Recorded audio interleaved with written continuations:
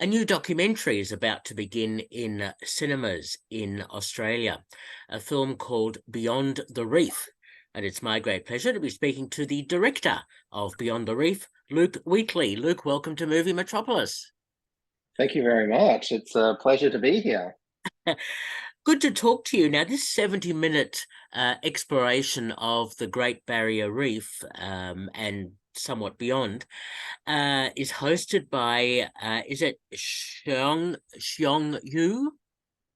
Shuang. Shuang Hu. Well, that's how we pronounce it. Okay. Shuang. Yeah. Yeah. I can't speak Mandarin, so that's how we pronounce it. But That's fine. she pronounces it far more elegant than you or I can. But yeah, it's Shuang. Um, Huan. Yeah, Shuang. Yeah. Sorry. Yeah, she's amazing. No, that's fine. Shuang, tell me, was the whole thing pre-scripted, or how did it all work in terms of making this documentary? Yeah, so we went about making this documentary like a scripted feature. So we actually had a script that was 30 pages. So not a full feature-length script because we knew that when Shuang, our host, would meet new people, we couldn't really script what they were going to say.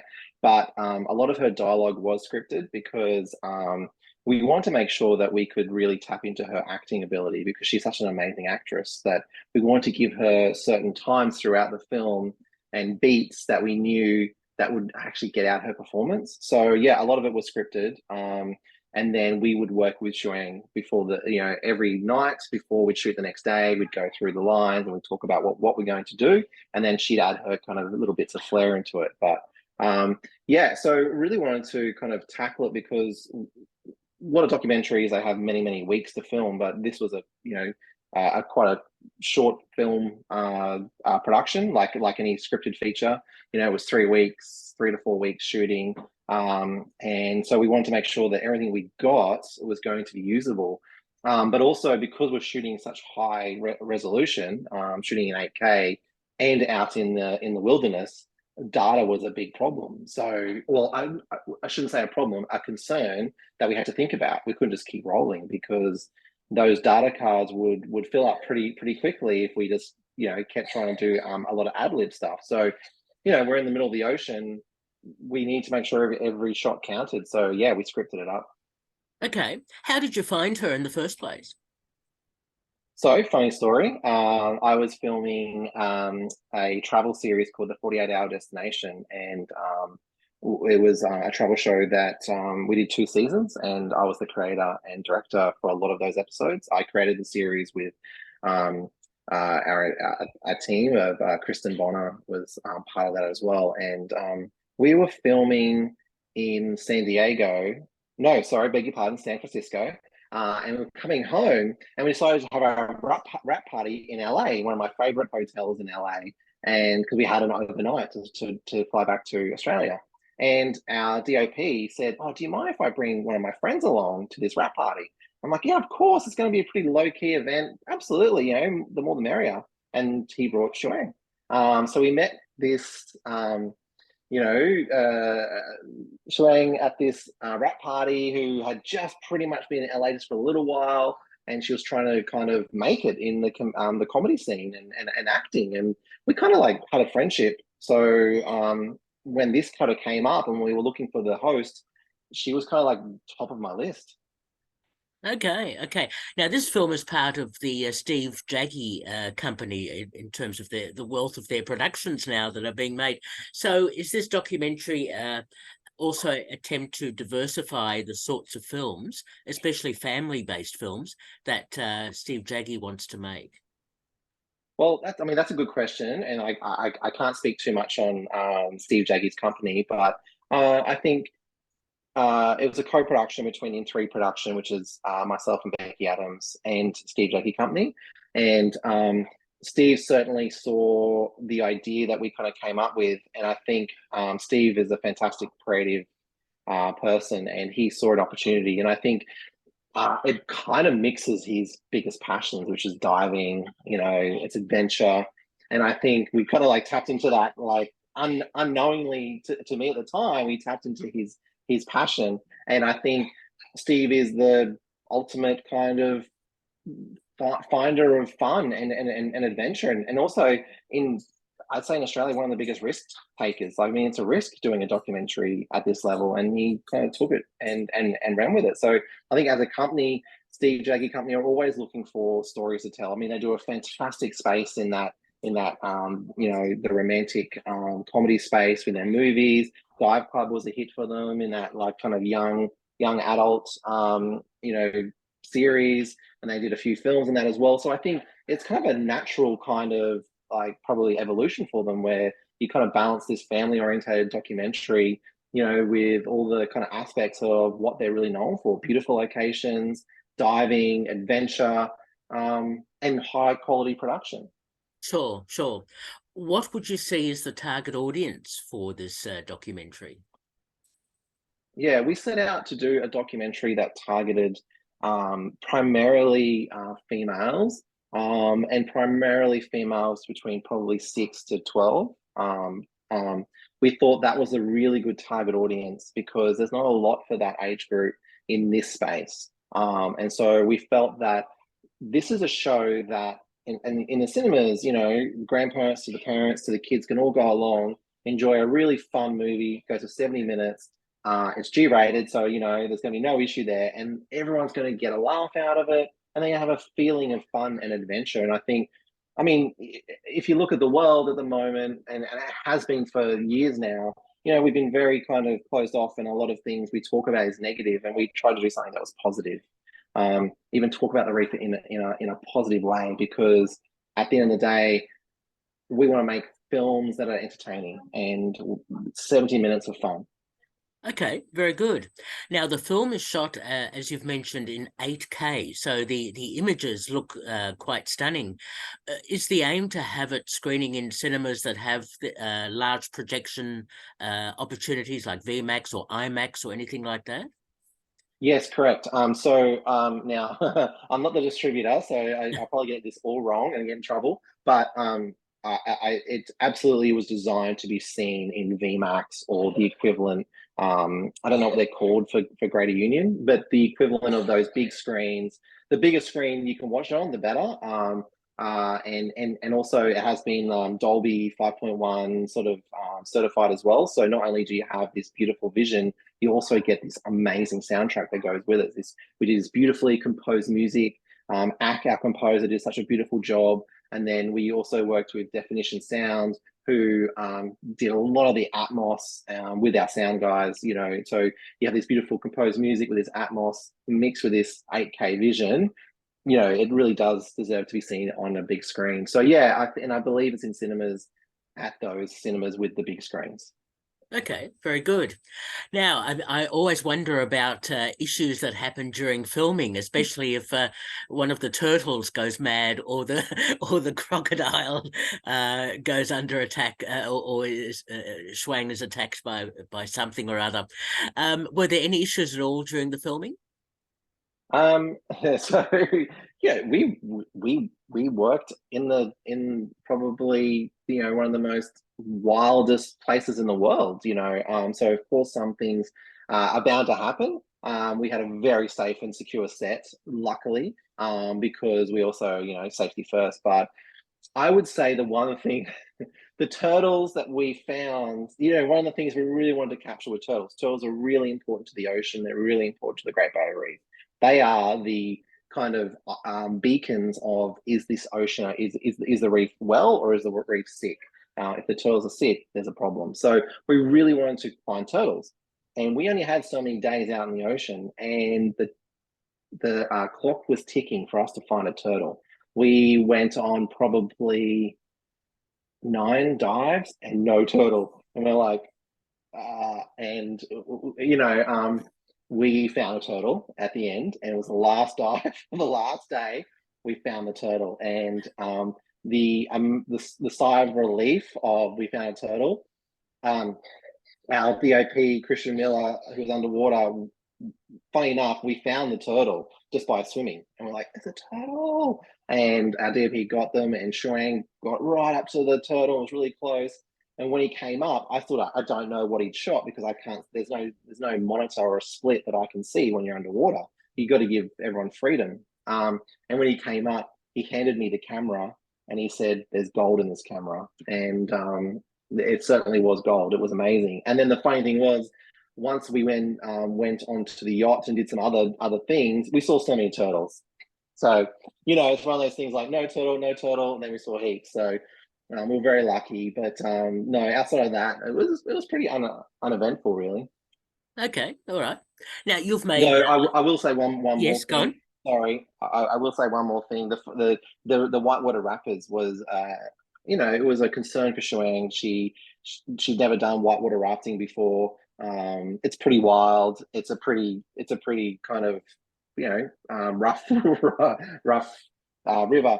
And she was saying how she was nervous about it. So Becky, our producer, said to Shuang, "You're nervous. I'm terrified of water, but I'm going to get in that raft with you." And she got our makeup and our wardrobe people as well onto that raft, and they all had the best time.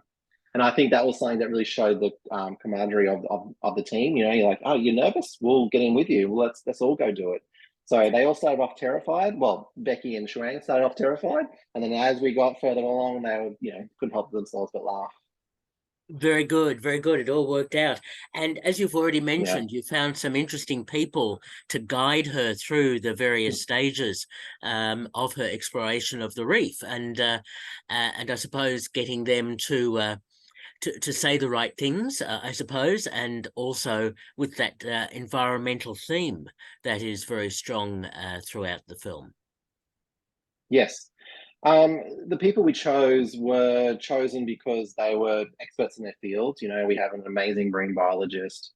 We have Juan, who is one of the First Nations people up there, and he's very connected to the land. And we really wanted to make sure we paid respect to the First Nations people, because that's really important for us to do that. And so we really didn't feed them lines. We really asked them to be themselves and to talk about their passions and their experience. So, like every filmmaker, you want to make sure that you're telling a coherent story and you're trying to move people along. But a lot of the people we worked with, I'm really big on authenticity, and we wanted them to be themselves.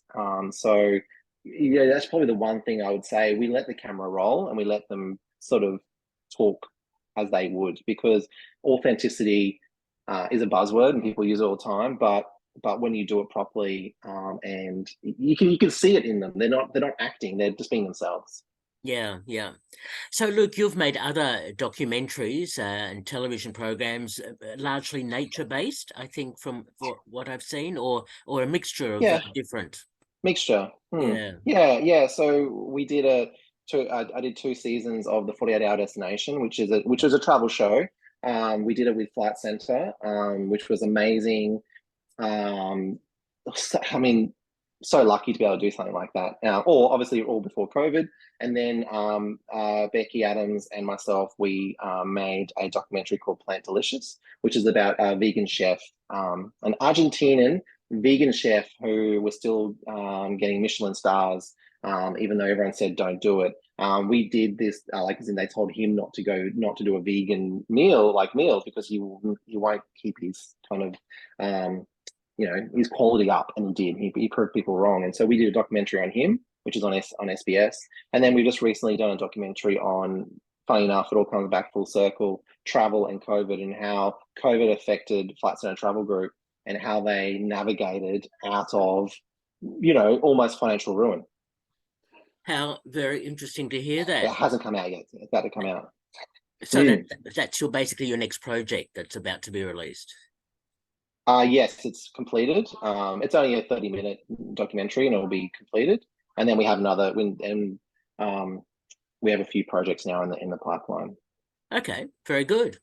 With a documentary like Beyond the Reef, there's obviously an art to getting the right shots and to then deciding in the final edit which of those shots remain in the finished product and which have to be removed. That must be quite a process for you. Yeah, it is actually. Yeah, it's So I'm a big believer in a partnership with an editor is probably one of the most important parts of filmmaking. I always say pre-production and post-production are the two of the hardest parts of filmmaking. To get right, I should say. And post-production was fantastic in this process.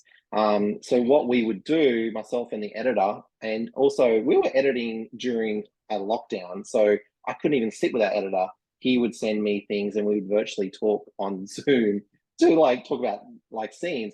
But Matthew is the editor, and he would actually, for every scene, he'd send me three options: option A, option B, option C, with different ways of telling the story. And sometimes I would go, yeah, option A, let's go with that, let's finesse it. Other times I'd say, well, how about option D? I'm thinking about this. You've completely missed what we're trying to do. And it didn't happen often. But what I was going to say was I like to give the editor time to actually digest the film first before I dive in and give them feedback, because they're looking at it in a completely different lens than I have. I've been living with this project for months and months and months. They've just got it. So I love seeing their version of what we've shot. And yeah, so Matthew was fantastic, and we would look at three options for every scene, and then we would do it, and then stitch together, scene to scene, and making sure that we are telling a story that was hopefully coherent. So it was a great process. It was. We really, I think, doing it remotely was tough in that first little bit, but you really get the kind of rhythm on, and you kind of learn to trust each other. And yeah, it was great waiting for your email to come through and going, you've got a new link to check out what they've done. Yeah. Okay, very good, very good. Tell me, did Shuang give you any feedback once she had seen the final version of your film? Yeah, I mean, her feedback is that she loves it. I mean, she is so proud of the work that we've done, in that she's also a big environmental warrior herself. So to see herself on screen in in an environmental film, she's like super super happy about. I think her biggest feedback is because she watched it at Brisbane International Film Festival and it was launched. She saw lots of shots and scenes when we did like voiceover and things like that, but she never saw it as a whole film. This was the first time she saw it as the whole thing. And I think, you're going to be your own worst critic. And I think her biggest feedback was, oh, I wish I was funnier, or I wish I did this, but I think she did an amazing job. She did. Okay, very good. Now, the film is releasing in Australian cinemas very, very shortly. Is there also a plan to release it internationally?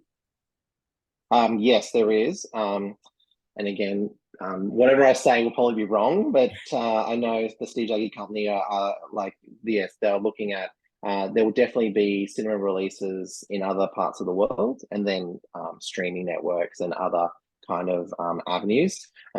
We have done, an English version and a Mandarin version, so that, hopefully it can be enjoyed by many, many people all around the world. So that's the other thing. We would do a scene in English, and then we'd say to Sean, okay, now we want you to say all that again in Mandarin. Ah. So that was fun.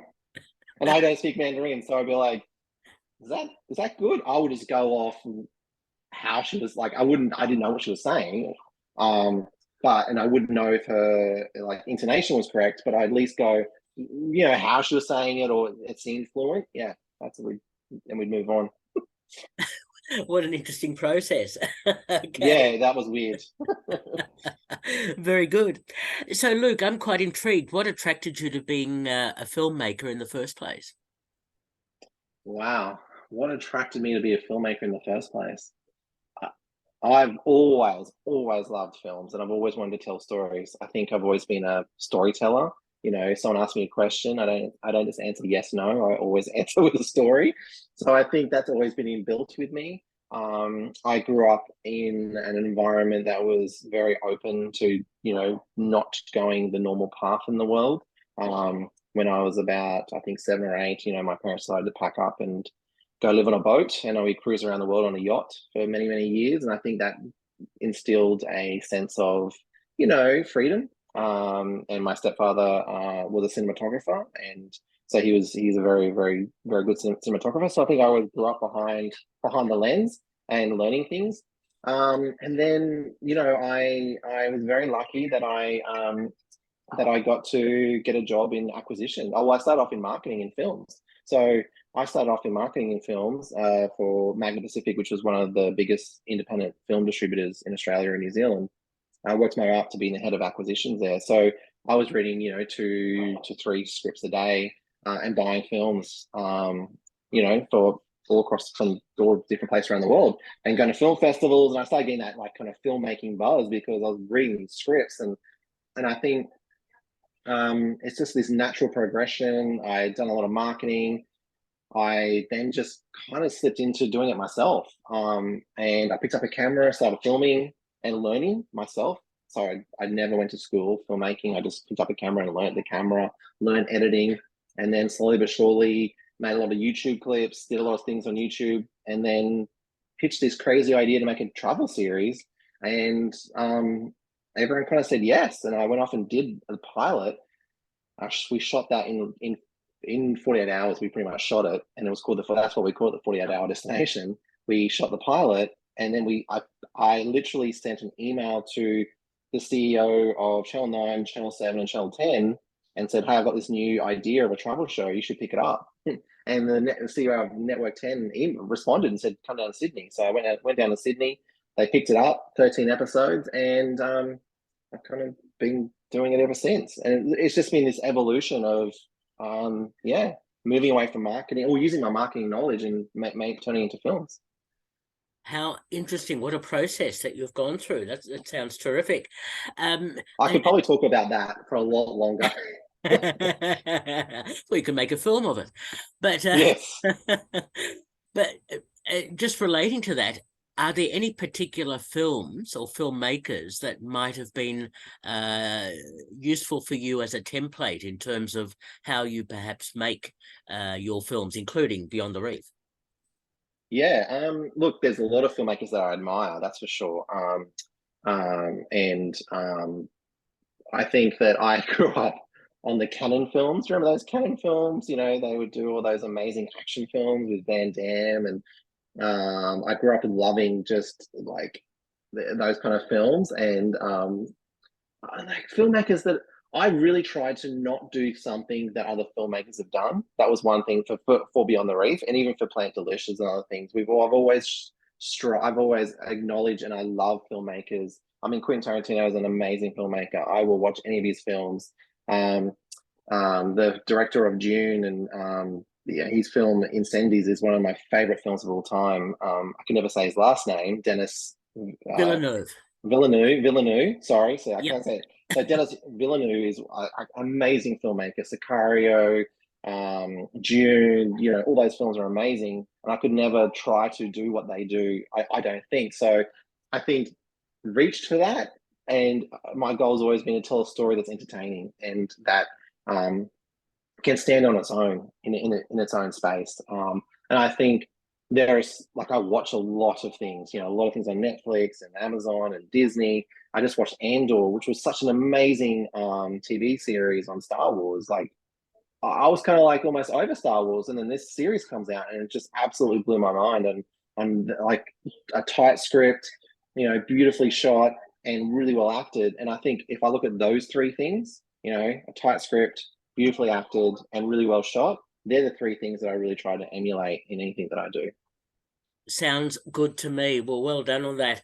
And we've been speaking to Luke Wheatley, who's the director of Beyond the Reef in cinemas across Australia in the next week or so. Thanks so much, Luke, for talking with me. Thank you. Hope that was okay. Perfect. Bye-bye. Oh, great. All right, bye.